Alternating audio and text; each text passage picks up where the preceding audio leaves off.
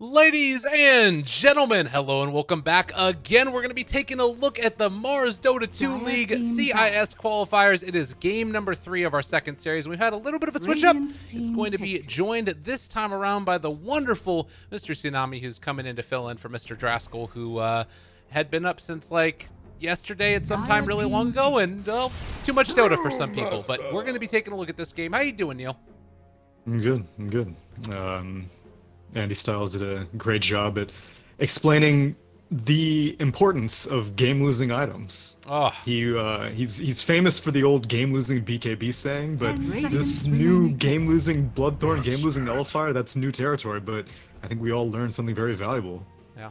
I want to give a little bit of an update to all you fine folks out there. You're watching a Dota 2 stream, so if you don't know, in just about 1 minute, the international tickets are going to go on sale as well. 10 seconds so remaining. during the middle of this draft, I'm going to make sure that I buy mine. So I'm going to be 5 dual seconds tasking. remaining. So all you fine folks out there. You 100% task on that. I can handle this. Yeah, we're going to keep our eyes on it. We're going to keep talking about the draft. But, use the phone app. I'm if using you're the not phone app. already. I already Okay, have all good. my info plugged in. I'm ready to go, man. I am good to go. But it's Canadian Ticketmaster. Does that change Dire anything? team I don't think so. I hope not, because I have 50 seconds and I'm not changing anything. Okay. Gambit now, they're taking the Viper, which I believe it hasn't been banned out in this series, but we've been seeing a lot more Viper from Vega Squadron, from Na'Vi. It's been pretty nuts. I'm surprised they didn't go for the puck.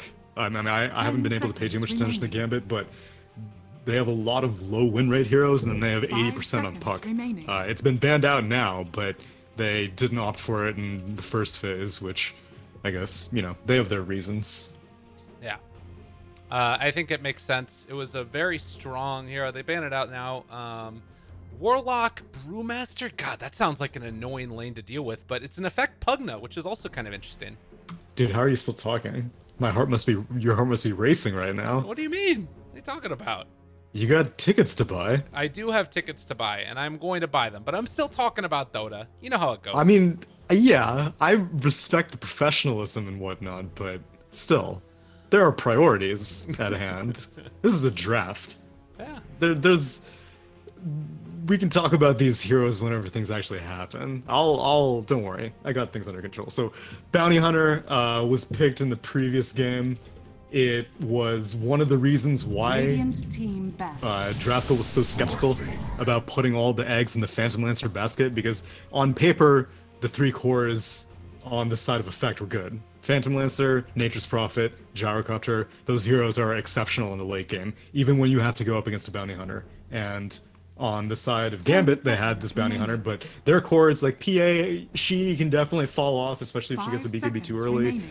Puck usually falls off, but it was a clever idea to go for the Mjolnir and the rapid fire talent, and Razor also often falls off. Those are more mid-game oriented cores, but the Bounty Hunter being behind them and the Gyrocopter going for a less than ideal late game build definitely hampered them. And so Gambit have confidence that once again Effect may go in too hard on a core, and in this situation it might be going too hard on a Morphling, who I do think can carry a game harder than a Phantom Lancer, but I think that they should stick to however they played in game 1, which won them the game, which I didn't watch, but they won it, so they should go for that.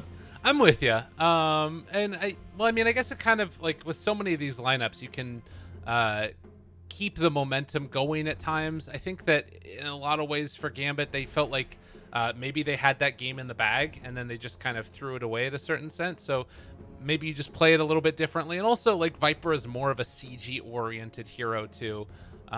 They want to run this one this time around, though, and I like it. It could be cool.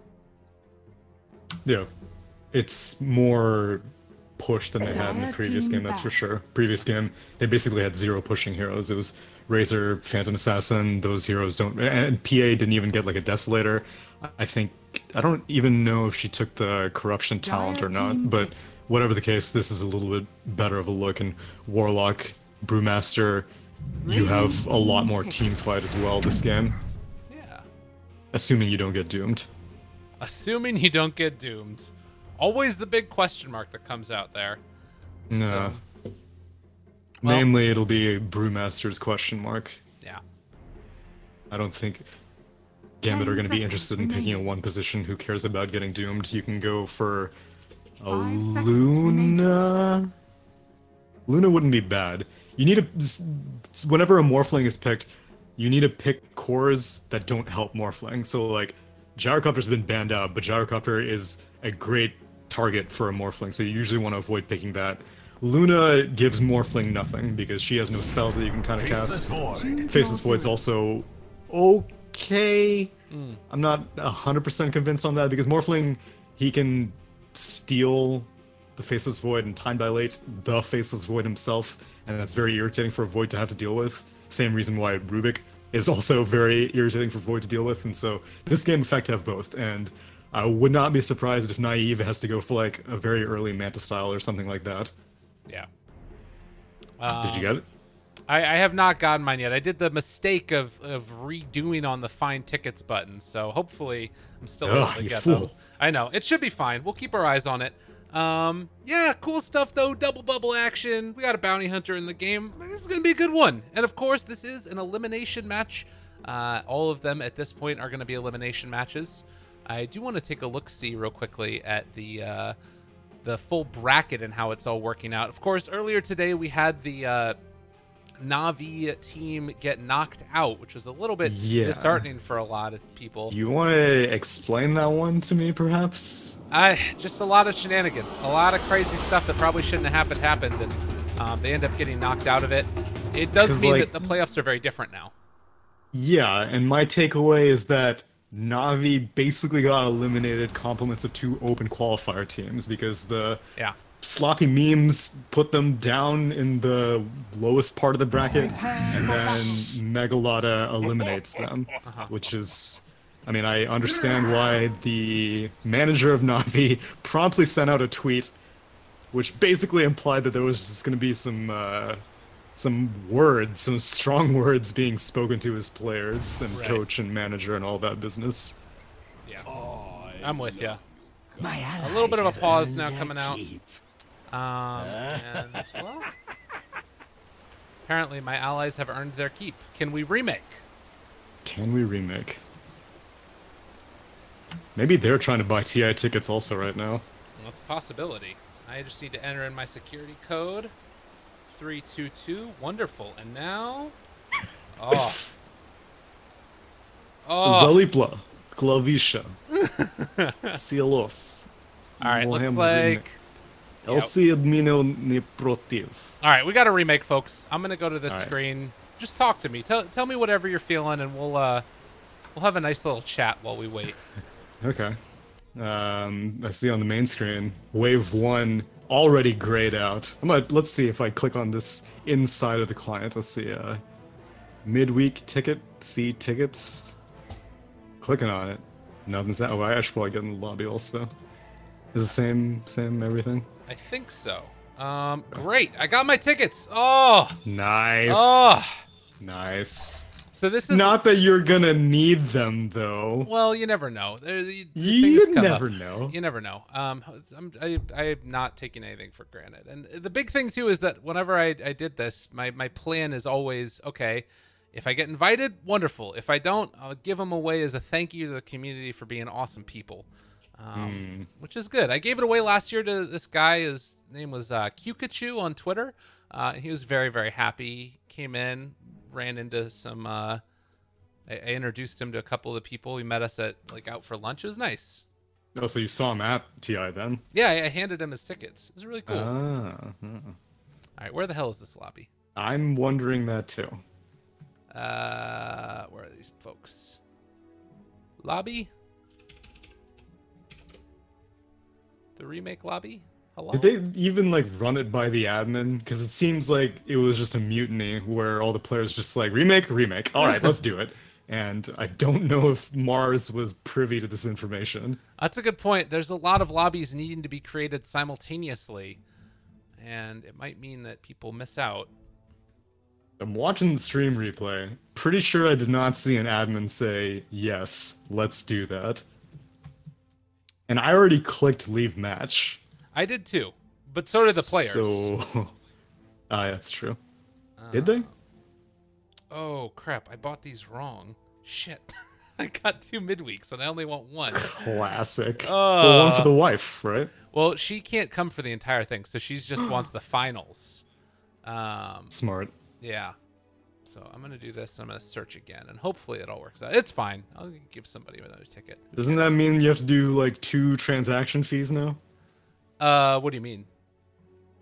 Because there's like a sub fee for, you know, like ticket handling or whatever, and so if you do it in 2 separate transactions, don't you get hit by the fee twice? Probably, but no, it's only because I bought too many, so that means that I can just sell them to somebody else, you know, or give them away, depending upon what. No, but I mean, like, can't you, like, if you get the finals in the midweek in the same like cart? Oh, I don't think you can do that. It turns around so quickly. All right, it says no tickets, but keep trying. Other fans may have reserved and given away, so I'm not sure if I'm getting the finals. Oh, rip. It's fine. We'll get them, I'm sure. And this lobby is still not being created. Yeah, I'm got question marks popping up. Lobby. Hello? All right, yeah, they're saying, please lobby for Effect Gambit, problem in game restart. And nobody is... Nobody's doing anything. It's fine. These things happen. I'm sure that it will be back up shortly. Please. Man, I see my boy Hooked Esports has moved on. Oh, really? Yeah, they're versus G4P. Okay.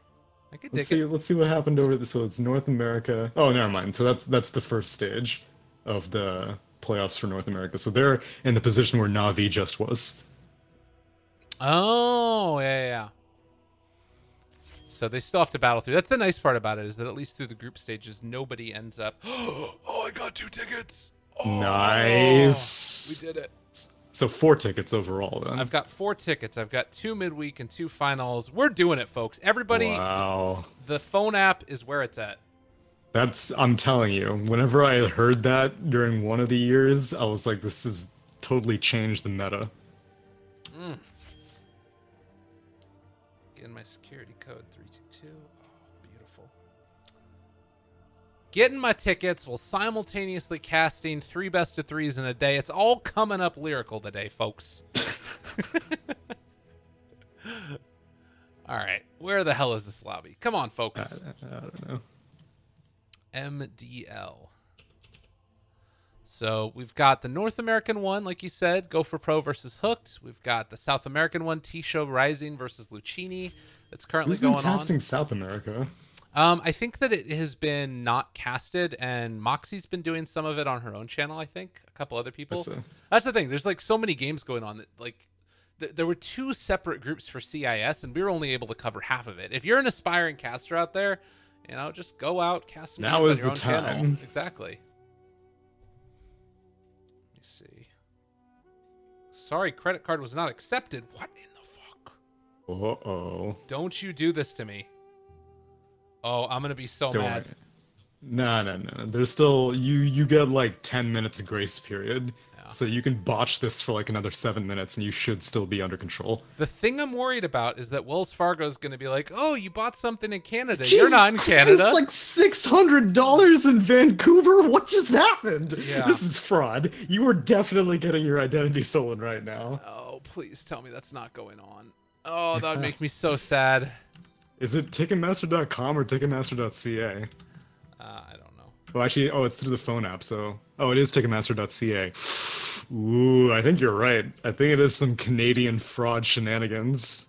God, please, no. And the lobby is still not being hosted for all you fine folks out there? Yeah.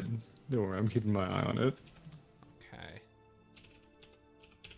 Well, time to log on, and hopefully they are not owning me right now. Where is this? Is there any way to do it? Oh, God, they get so freaked out. Do what? What are you trying to do? Tell them that it's okay for me to, like, buy this. I mean, you can call your bank. Yeah. Call up Wells Fargo. Call up Mr. Fargo. Yeah, they're freaking out because it's happening. I think. It's happening, all right. So lobby still not going? No, that's okay. not There we happening. go. So the Russian casters are saying that it's going to be starting up soon. Yeah. All right, I lost my tickets because of that. What? What? I know. I'm very upset. Are you kidding me? No, it's okay though. It's okay. It's all gonna be okay. You know, we're gonna do a little thing. We're going to go highly suggest you call. No, I'm gonna do Fargo, manage travel plans. Yeah, but you can't guarantee that that'll happen like instantly on the internets. Because you'll be like, well, thanks, in 5 to 7 business days we'll have it under control. Why is this not working? Oh, it's making me so upset. Yeah, no word from the lobby people yet. Accounts. Turn debit card on or off. How about that one? They blocked it. My card is temporarily restricted. Call us immediately. You goddamn bastards. Oh, I'm so mad. All right. I'm going to mute myself. At least you diagnosed the problem quickly. I'm going to mute myself and then I'm going to call them up real quick.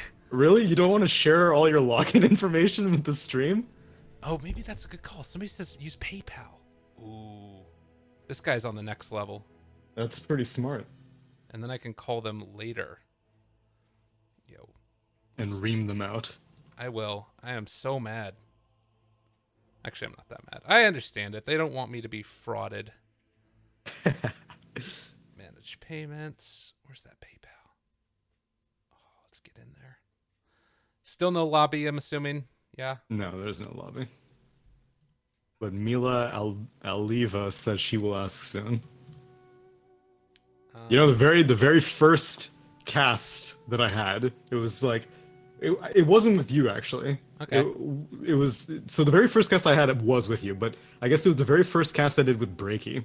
Okay. Was for some qualifier, and like I think for previous casts you and I had not really had like the proper ticket access or something like that, and I don't remember what the deal was, but this was like the first time everything was like legit. It was in a lobby and it had a ticket and everything, and I get in the lobby and then like a few seconds later, like a minute later, I get a Twitter DM from Mila Alivia. Oh yeah. And I was like, I've never heard of this person. And she's like, hey, what's the password to the lobby? And I remember that there have been like so many instances of like lobby passwords getting leaked and all this chaos happening whenever lobby creation, like much as how we're experiencing right now. And so I was like, I can't tell you that. This is my first shot. I'm gonna lose it all if you compromise the lobby security or whatever. And she's like, no, I'm the Russian caster. I need to know. I'm like, why are you asking me then? I'm the last person you should be asking. How did you even find my Twitter? Anyway, I didn't give her the password, and then I looked at her Twitter later, and she was just like, well, guess who can't cast this game because no one gave me the password. And I was just like, I feel kind of guilty, but at the same time, this is not my responsibility. Yeah, I'm with you. Anyway, No, she for sure. unfollowed me off Twitter, so That's rip.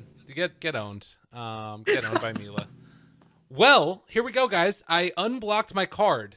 So we might be able to do this. What happened to the PayPal strat? The PayPal strat doesn't work because Ticketmaster doesn't accept it on the mobile app.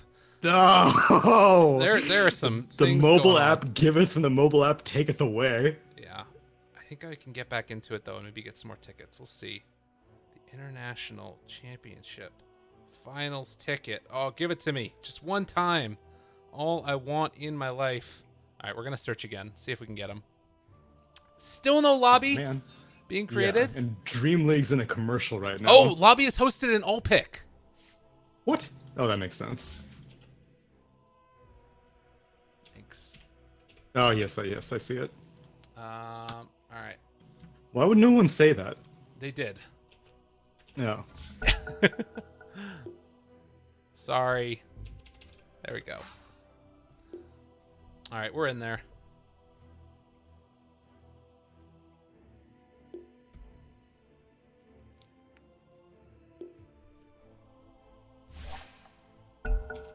Mila just messaged me and said the lobby was up. All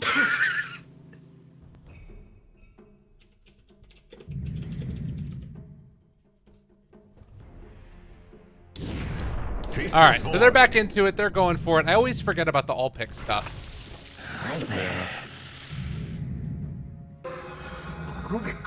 And And now we're going to switch back over to the other scene. Hello and welcome back, ladies and gentlemen. We're here taking a look at the Mars Dota 2 League. It is already been a draft, so they're just going back for their same picks that they had before. And hopefully, we're going to be able to see some super quality Dota 2.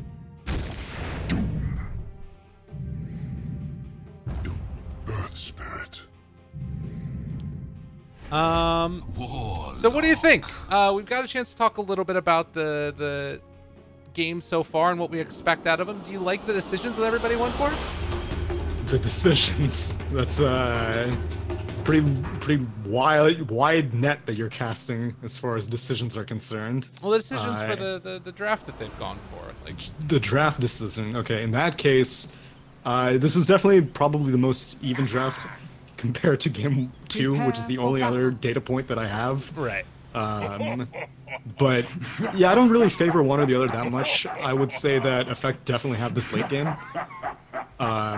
Because even though you have the Bounty Hunter on Gambit this side, Morphling proves to be a stronger hard carry, and Doom is very valuable against basically all of Gambit's lineup. And so no matter how much net worth, aside from Viper, I guess Viper it probably cares the least about getting doomed, but Brew, Void, Warlock, no matter how much net worth they have, they will hate getting doomed. So unless they start getting Lincolns or Lotus Orbs and stuff like that, I definitely favor Effect in the late game. But Gambit have exceptional early game. Brewmaster, very difficult to deal with in the laning phase to stop him from getting farmed. Viper, arguably one of the best 1v1 laners, and Warlock an excellent support, and Bounty Hunter roaming. So I imagine that Gambit is probably going to be able to convert this early game into a strong mid game. Okay. I can dig it. There's going to be a little bit of a pause going on. Man, this has been the longest series of my life. But with the same type of movement we'll probably see out of them again, Bignum likely to pull this creep wave over. It looks like King R might be prepared for that. He's got a dust already there, and he has a feeling that this is where the Bounty Hunter is going to go again. Okay. That was what happened at the beginning of last game.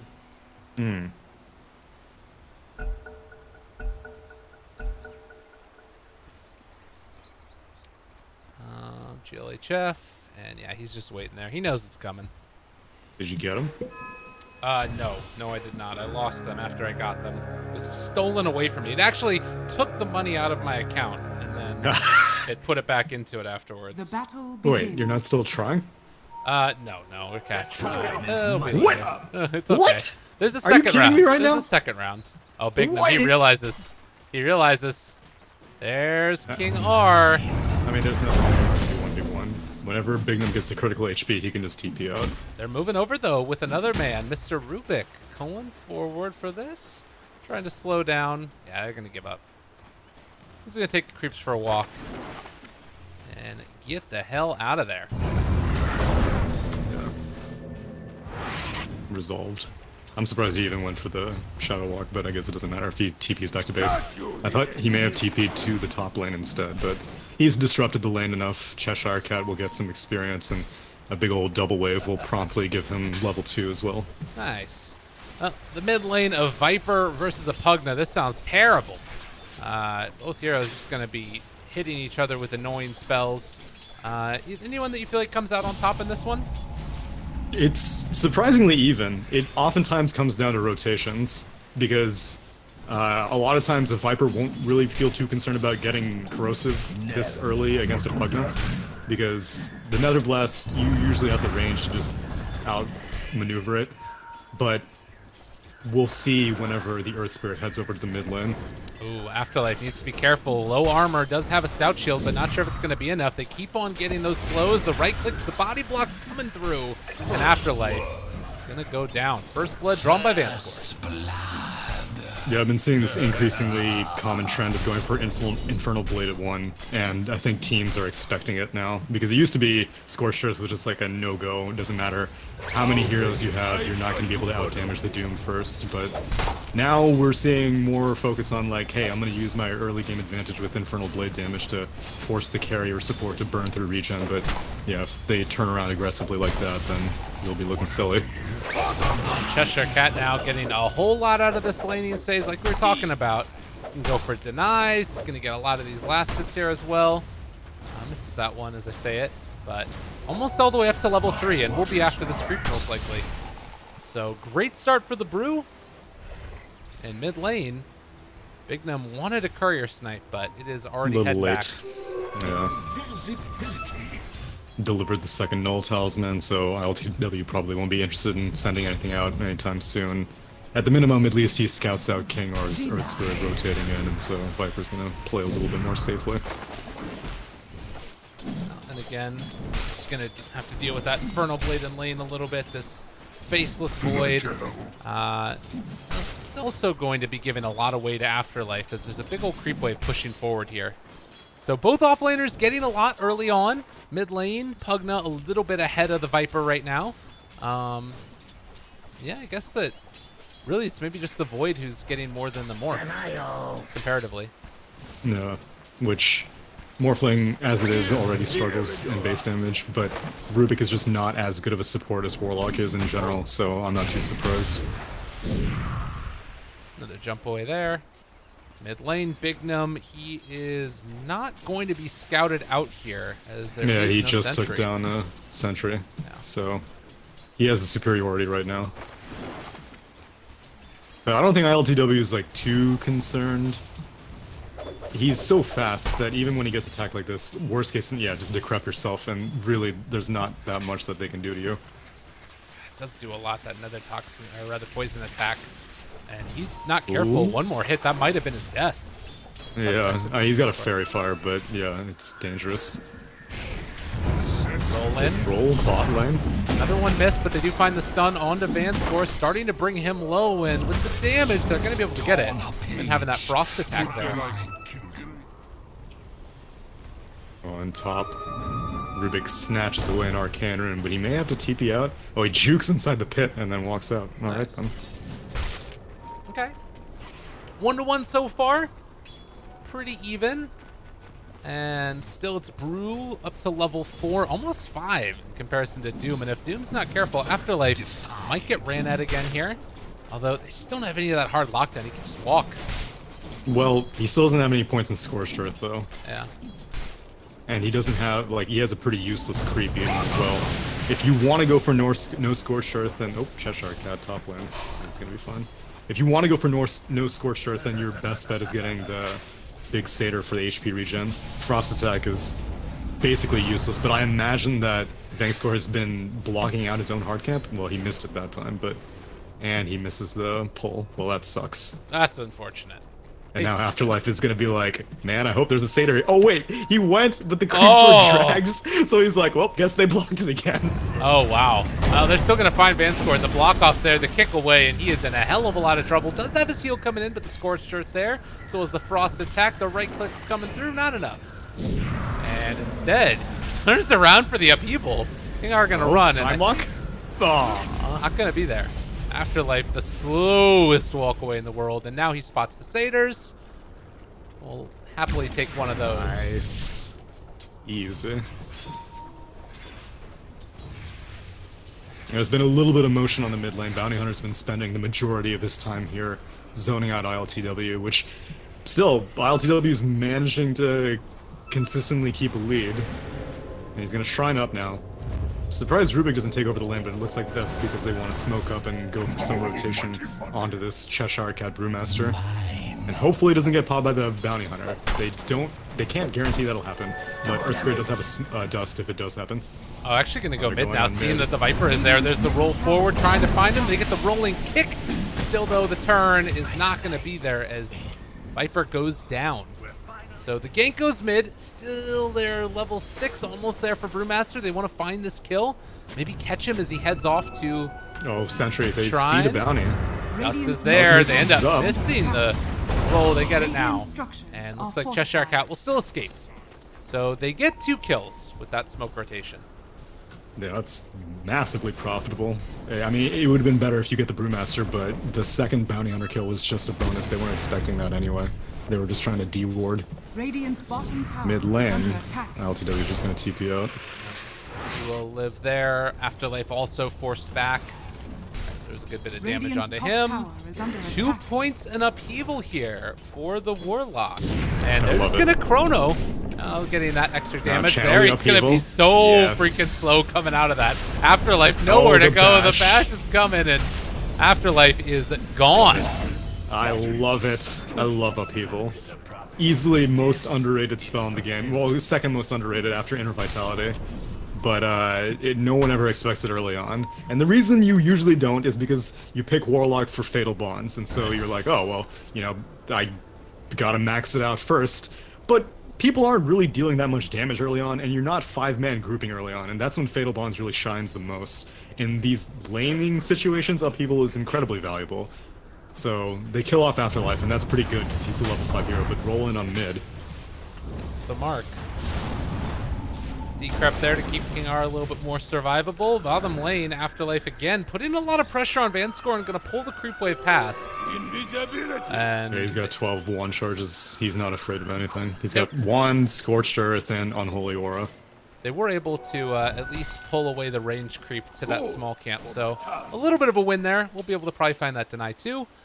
And early laning stage so far, I would say favoring the Dire pretty heavily. Yeah, mainly for, I think, Pugna coming out so handsomely in the mid lane is the biggest thing. Morphling, on the other hand, he's managed to find a surprising amount of free farm, but Cheshire Cat is now level 6 and has an Invis rune, but it's not really easy to do this by himself. Just bring that Morphling down pretty low. And that does feel like it's the looming threat of effect, is this Morphling eventually getting out of control. Could be a big, big problem. Yeah, and they don't have the best ways of dealing with it. Like, so you Chrono, and well, that's pretty much it. That's the only stun that they have to stop Morphling from morphing. Yeah. Everything else is too short duration. Like, Shuriken doesn't do anything. Stun from the Earth Spirit doesn't, or stun from the Earth Primal Split doesn't really do anything, and Chaotic Offering doesn't really do very much either. Well, there was a smoke rotation that was going down bottom. It was broken by Bignum, although he didn't have full information that that happened since he was in the river. About 9 minutes in, taking a look at these net worths, and it is still Void up there on top. Going for a Shadow Blade Radiant first. scanning.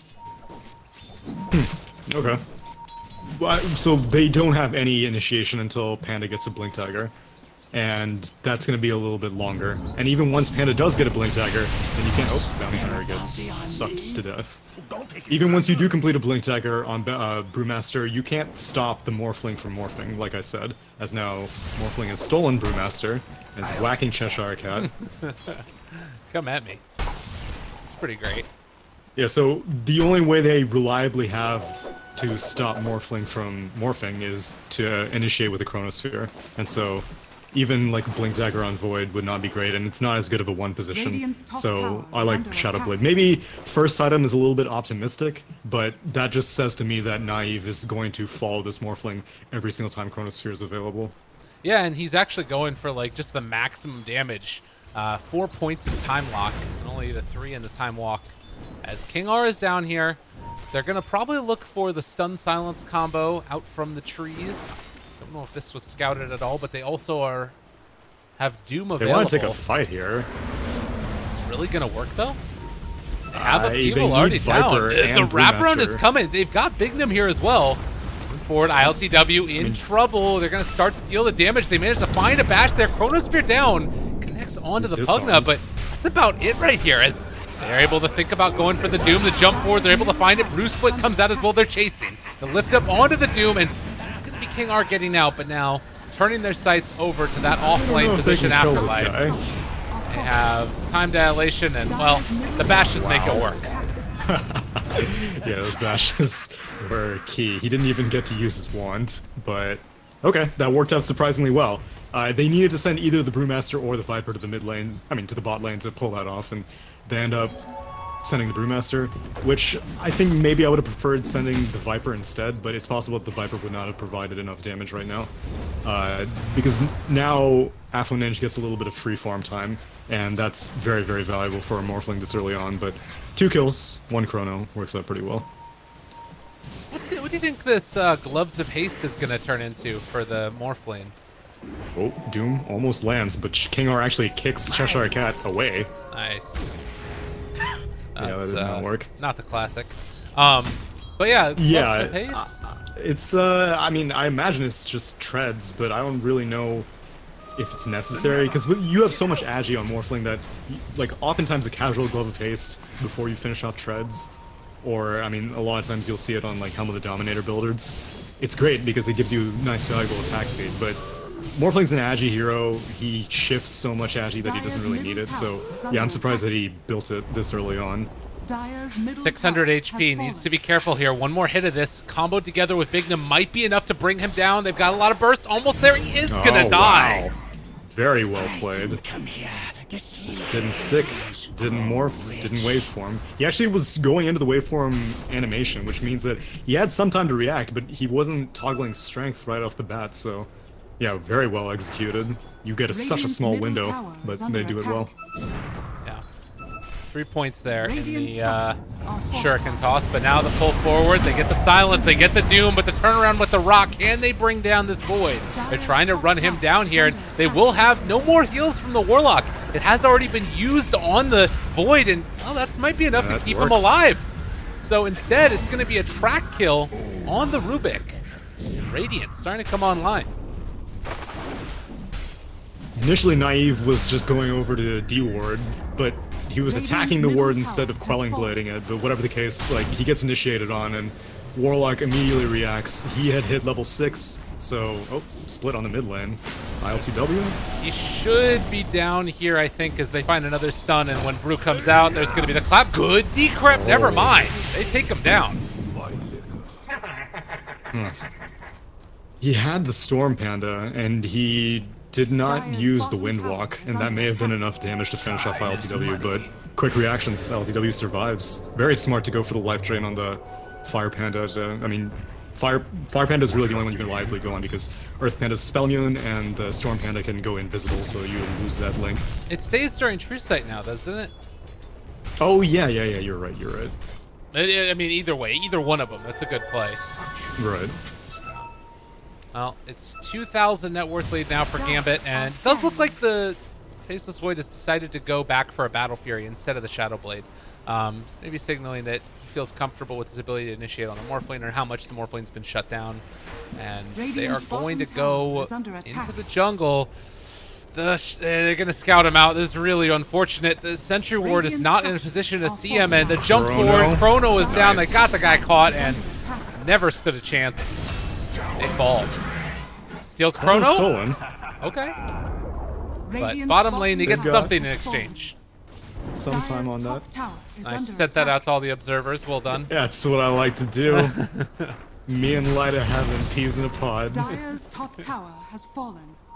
Yeah, I don't really know what this Morphling's game plan is, because, like, he has half of the Lincolns, he has half of Treads, and he has BOTs in his quick buy. And this is kind of the way that he played the Phantom Lancer in the previous series, where, you know, he was going for the Battle Fury, and then he turned it into BOTs, and that's, like, super greedy. But, I mean, same kind of issue. You have a lot of mid-game potential with something like a Lincoln's on a Morphling, but he's not going for that. Oh, Bignum, and you get there in time. Courier is going to not go down. Oh, he had 1 point in Shadow Walk before in there. Now they got him caught here. Some trouble. Viper gonna be doomed. Vanscore, though, he's channeling his upheaval. He's got his ultimate back up online. They need to be careful right now. If they pop all of this simultaneously, they're gonna find the Pugna, likely to die. Oh, but they get the lift up by the Rubik. Nice way to turn that one back around. Still chasing for LTW, and they do manage to get the Pugna kill, but on the other side with the split out, they're gonna be able to run down Afterlife.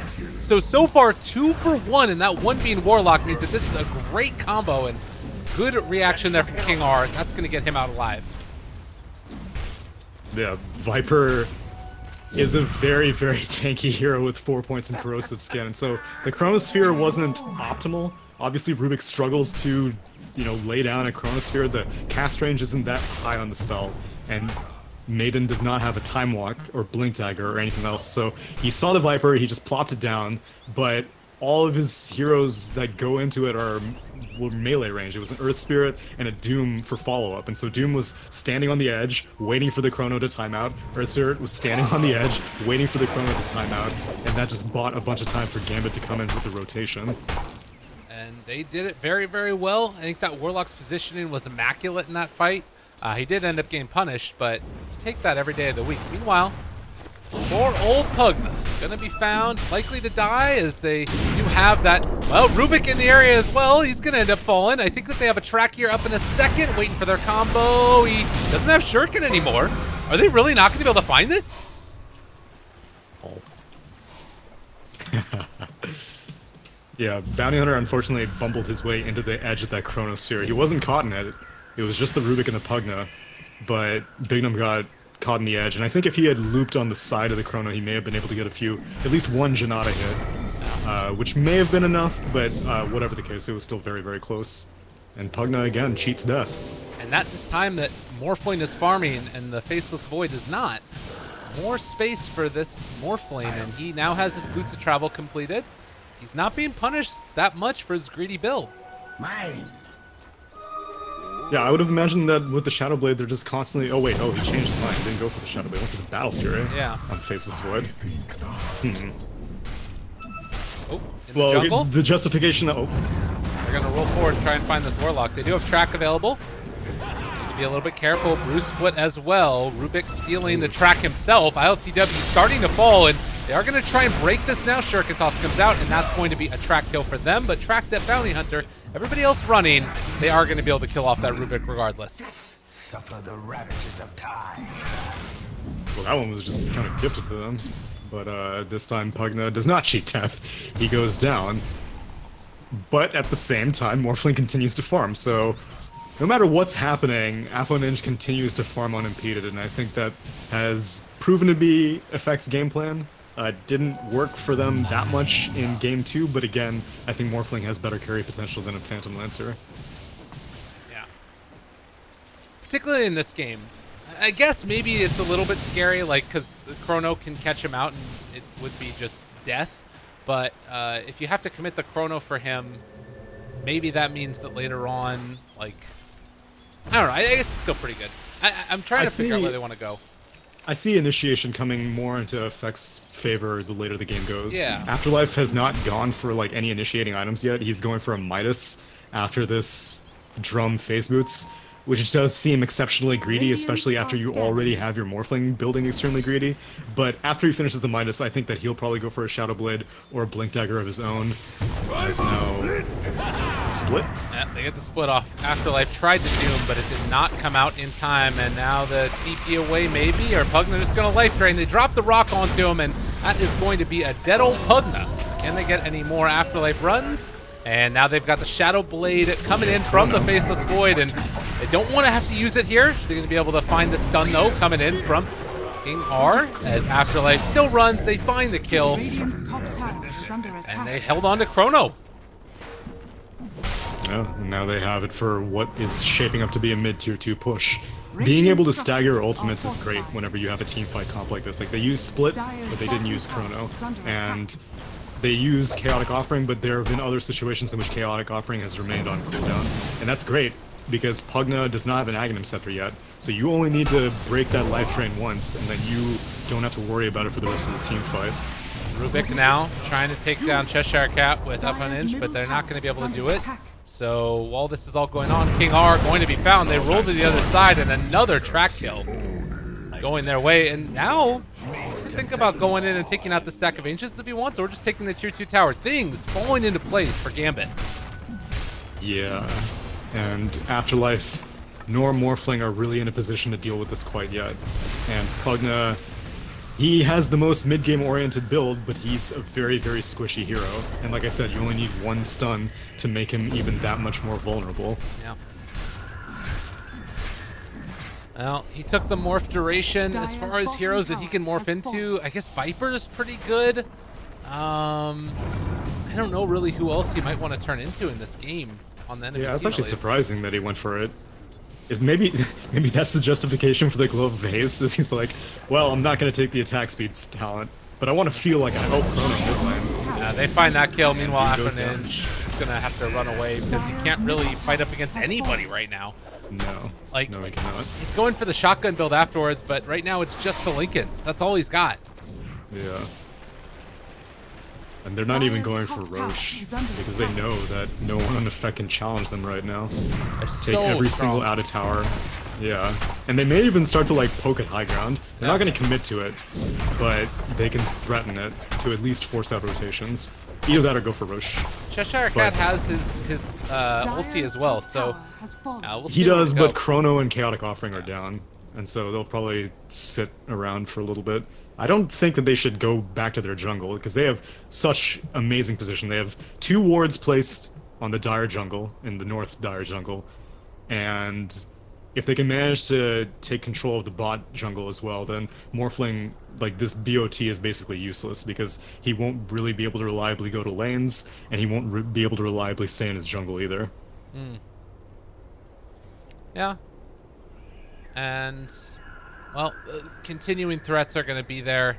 You've got eventually a Silver Edge looking like it's going to come out for Void. It feels like that Battle Fury first was such a good decision because, like, they didn't have to immediately go after the Morphling. Now he continues to accelerate, and he's ahead of Pharma, the Morph, while still being that threatening face.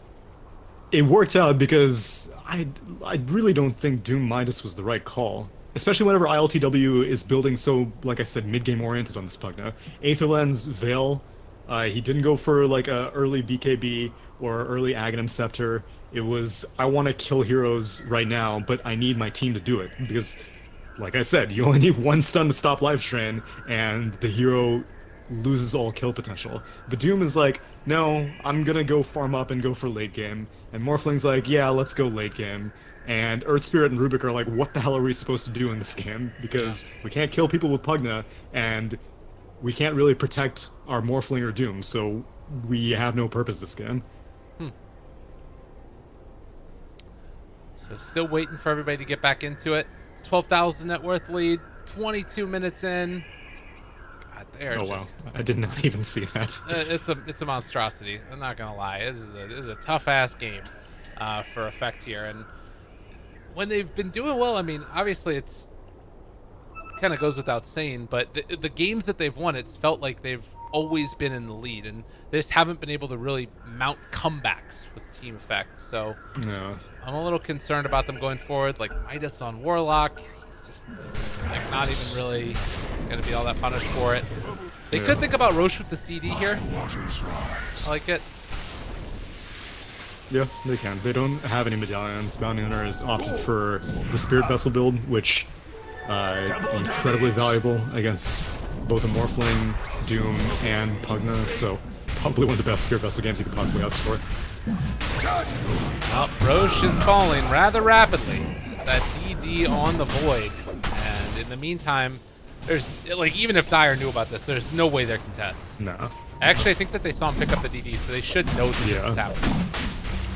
Radiant's bottom tower is under attack. Effect will return by beginning to claim it tier 2, and I don't think that Gambit are going to bother to defend it. They're just going to solidify their control of the jungle, of the enemy jungle, that is. Meanwhile, Courier gonna bring out the full PKB for the Brewmaster. Yeah. Woo!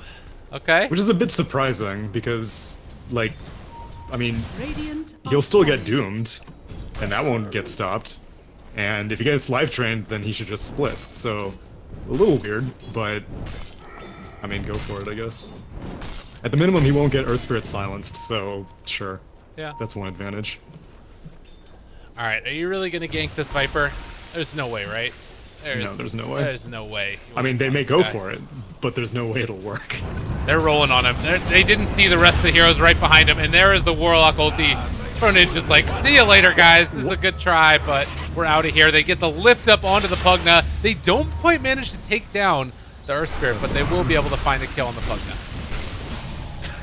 I like how Brewmaster BKB'd and then immediately went into a split, and so the entire duration of that 10-second BKB is just inside of his Earth Spirit. I mean, inside of his Earth Panda, but whatever the case, they kill the Pugna. I'm like, what is the best case scenario for going onto that Viper? Because I'm pretty sure he already had the pipe completed. I'm pretty sure he already had the pike completed as well. And he has the corrosive skin talent. And he has the spell lifesteal talent. There's no way you kill him. There's absolutely no way. Radiant's top tower is under Yeah, attack. it's a problem. Let's see. Tower goes Radiant's down. top tower has If there's fallen. one thing that you can say about the Dire team's draft is that their mobility is pretty freaking good. Although they are going to be scouted again here. So, like, you can try and split push to the best of their abilities. They've got this E-Blade, or rather the Ghost Scepter done on the Morphling. He's getting closer to his Ethereal Blade. If Gambit don't take advantage of this lead that they've got, later on things could get dicey. Yeah, I agree. Like, they have the Aegis. There's really nothing. There's no item that's worth waiting for right now. As now Naive finds. Oh, starts. No, he didn't shift all the way. Oh, he might die in the bot lane. Almost there. Ghost Scepter. Are they Wow, he still doesn't diving even for start. this? Are you kidding me? I don't know if this is the play. No, this is not the play. This is absolutely not the play. Alright, he's gone. And, well, Effect now gonna need to come up with something else. Well, Chrono was spent. Chaotic Offering is still on cooldown from the previous fight, but it'll be back in a minute. And Split's gonna be back up in 5 seconds, so I think they can threaten, do a little bit of tickling on this tier 3. Apparently, Effect are feeling fine with the way this is going. They're just walking forward. Time dilation, slowing them down for the moment. Now they have the Fatal Bonds, only onto 2 of them. The roll in, only going to connect onto 1. The stun doesn't quite connect there either. Magnetizes onto a lot of these, but they're taking a ton of damage on their Spirit. He goes down, and so too, will most likely this building. They've got all the sustain in the world. They've got vision down. It's all coming up right now. Gambit, Afterlife, looking for a target to go on. He does still have Doom available. And Score has his ulti back off cooldown very shortly. They managed to find a stun. Faceless Void. Has he gone they too don't far? want to doom him on his first life. So they He's have to wait. down. All right. Chaotic Offering's back up in 5 seconds. Yeah, they're looking for this. They're all Fatal Bonds as well. They're going to drop the Doom, but they're going to walk into a huge problem as they're looking for the turnaround. Are they actually going to go for this, though? They're not deciding to drop it yet. They drop it now, and they are going to end up losing the Void. With this Fatal Bonds, I thought it could have gone better than that for Gambit. They ended up losing 3.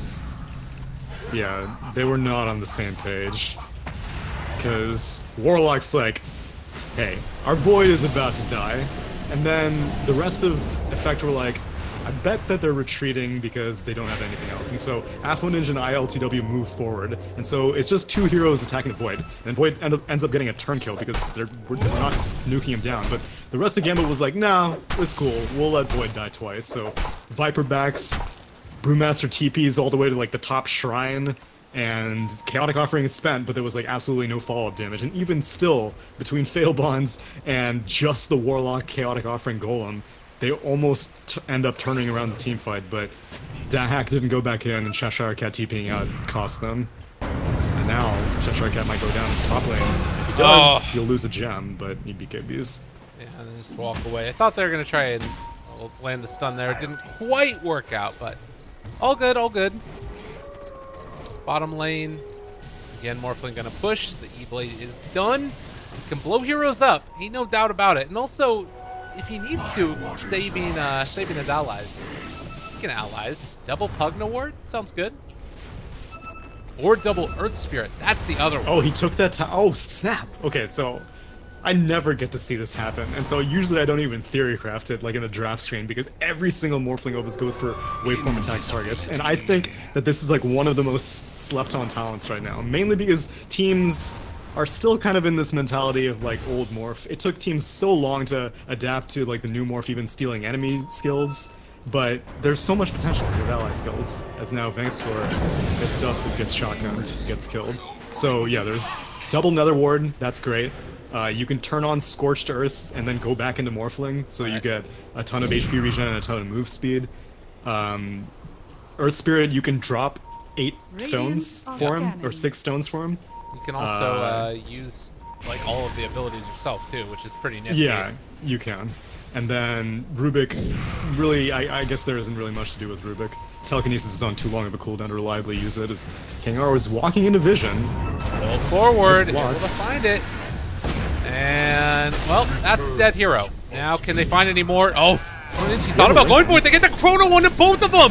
It's going to be an E-Blade, though, and now need to run away. He has his time off back off cooldown, gets all of that HP regen, and now looking for the chase. Can they get this? They don't have anything to break the blink, or rather the TP of the Morphling. And apparently Viper took poison attack effects building. Okay. What the hell is going on? What is with all these talents? These are like know. pub talents. I love it because I never get to see them. Well, it's gonna work out for this push, as I guess only the two supports are dead. But yeah, even Morphling and Pugna are not able to do very much anti-push against a Viper, who is so tanky right now. He has 67% magic resist right now, and that's without the pipe being on for another 400 shield damage. And they're gonna start to push. Let's see this poison attack. Oh yeah, It's look at doing it some go. damage. It's dealing some damage, all right. Going for it. And needing to find an answer here. They're going to pop the ulti from the Brew as well. Dude, it Careful pushes about so this. fast. I don't know why people taking don't take it. People forget that like the old Nether Toxin is built into the new poison attack.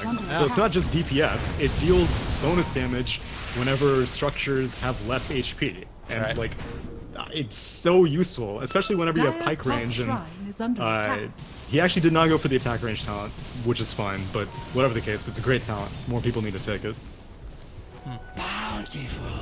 All right. Well, we do have, again, a 19,000 gold lead right now for Gambit, and a nullifier also on Void. God, Yeah. this is potentially just one hero gone almost instantaneously. He doesn't have a good way to pop the Lincolns, but track is usually the best way. So track into nullifier, or really, I mean, they can just chrono the Void, chrono the Morphling, and then just sit back and wait for the Lincolns to pop. But yeah, nullifier is a fantastic item because it'll also be able to purge. Right. And so if there's a Decrepify, you can purge it off. If there's a shotgun on someone defensively, you can purge it off. So Oninj has next up the Manta style, and I think people forget just how strong Morphling can be late game in a split pushing dynamic.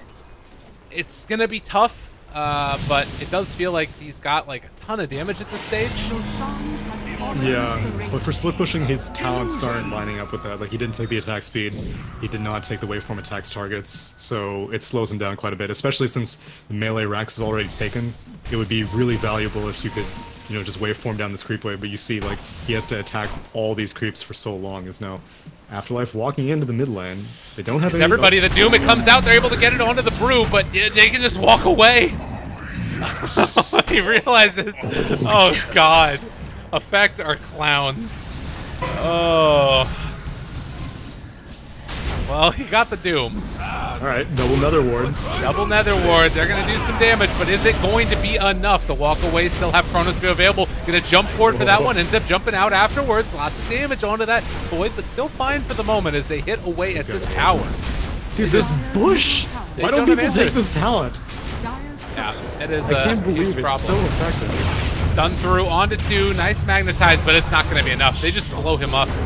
And they're still dealing something. Rubik getting ran down now by the Void. They're not going to chase it too much further. ILTW looking like he might end up falling here. Well, Ninja, all he can do is really hit creep, hit these. So he's bonded to the Morphling. Stop taking damage, Morphling. Stun comes through. He's on the run. Not enough damage. They just don't have an answer. Muted, broken, and he is going to go down. GG is called. As Effect are knocked out of the MDL qualifiers, and Gambit are going to move on. Their next opponents in the CIS region are going to be SMSM, the team that knocked out Navi the first time. Oh, the old Slozny Memas. That's the one. That's gonna be a showdown for the ages.